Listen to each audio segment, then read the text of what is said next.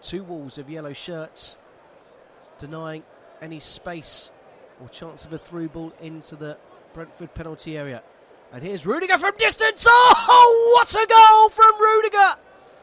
He tried one in the first half. This was sensational stuff from the German.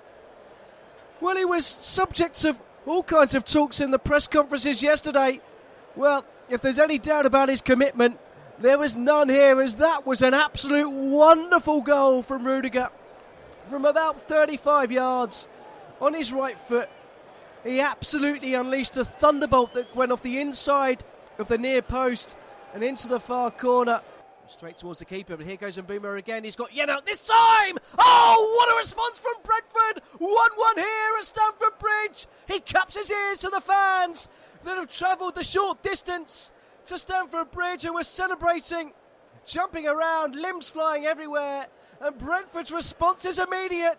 Mbeumo turns. It's 2-on-1 here. And Mbeumo and Eriksson are up. Alonso struggling to get back, and Mbeumo squares across for Eriksson. 2-1 to Brentford. Can you believe it? The turnaround here at Stamford Bridge. At one end, Chelsea should be ahead, and Brentford breaks straight at the other end. And who else could it be but Christian Eriksson, scoring for the third time in a week, twice for Denmark, and now one here. As Mbeumo wins the ball up again from the flick on from Tony. Here is Tony, first time layoff. Here's Yenal, looking for three. Chipped it over Mendy. Oh my word, what a goal! Oh, what a calm, composed finish from Yenal, who's got his second for the afternoon. And Brentford have a 3-1 lead at Stamford Bridge.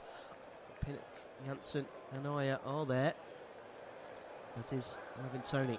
Eriksson instead goes short to Norgard, who then does clip it in. Pinnock gets his head to it, almost falls for Wiese on the back post. It is going to fall, and it is going to be 4-1 to Brentford, and it is going to fall for Wiese. Goal kick taken quickly, and that is that. Brentford have a famous victory over Thomas Tuchel's Chelsea. Antonio Rudiger opened the scoring shortly after the restart with a fantastic strike from 35 yards, but that was as good as it got for Chelsea. From that moment on, Brentford took over. 60 seconds later, the new contract man who signed a 4-year deal early in the week, Vitaly Yenal, fired in an unstoppable shot of his own. Christian Eriksson then finished off a fine break to make it 2-1. Yenal got his second with the most sublime chip you'll ever see from close range over Edouard Mendy. And then Wiese finished things off as Chelsea failed to clear a free kick at the far post. It's a famous, famous victory for Thomas Frank and the Bees from Brentford. The final score at Stamford Bridge: Chelsea 1, Brentford 4. Cleared forwards by Chaplin. Here's Rio.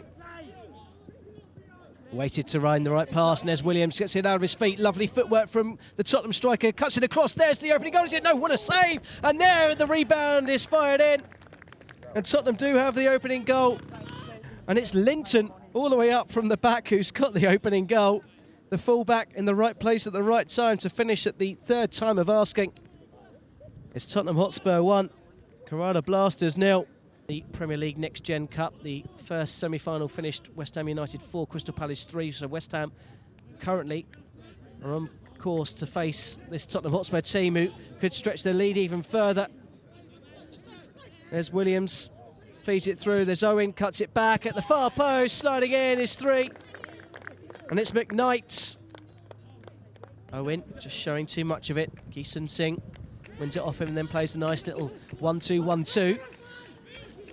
And then he goes for goal himself, and well, they're getting closer and closer and closer. And Kerala Blasters inches away.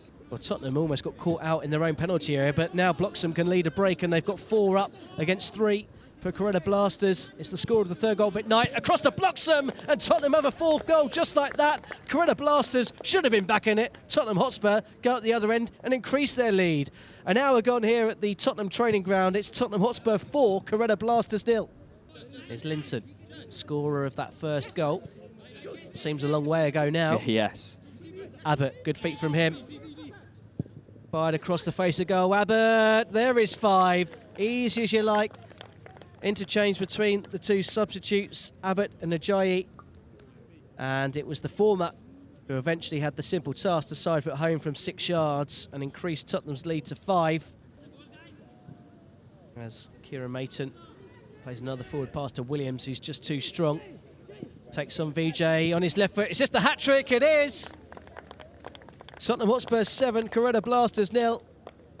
And it's a hat-trick for Williams. Heung-min Son, Bentancur's carried on his run, he's been found. Well, Bentancur into the area. Bentancur on his right foot, plays it across for Kulusevski! Tottenham Hotspur take the lead!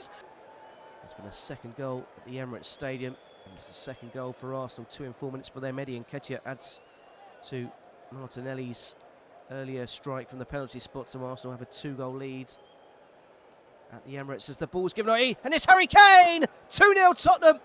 Tim Krul with a pull pass. It was crossed into the area, and who would you bet against? Not the England captain, Harry Kane. First signs of pressure from Tottenham in this second half, and that's a cheap free kick given away by Norman, taken quickly though by Højbjerg. Out towards Emerson, down the line to Kane. Kane, first time ball in for Son! From point blank range, Tim Krul denies Son. Kane slides the ball through, a brilliant pass from Kulusevski. Got Son in the middle. Kulusevski on his left foot holds on the challenge. Kulusevski, oh, what a goal from Kulusevski on his left foot. Curls it into the top corner. He makes up for that miss. And Tottenham Hotspur have a 3-goal lead. Kulusevski with his second of the game. And Tottenham now, for sure, are going to be in next year's Champions League. And it just doesn't look like it's going to be the South Koreans. There it is! There is Heung-min Son!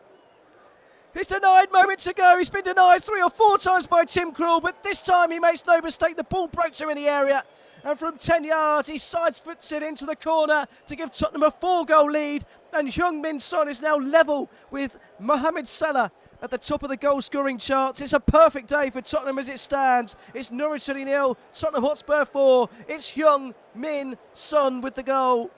Remember, none of his goals have been from the penalty spot either. Salah has scored 6 from the spot as Moura whips one in towards Harry Kane, beaten to it by the head of Sorensen. Son picks it up on the edge area, works the angle for a shot. Son!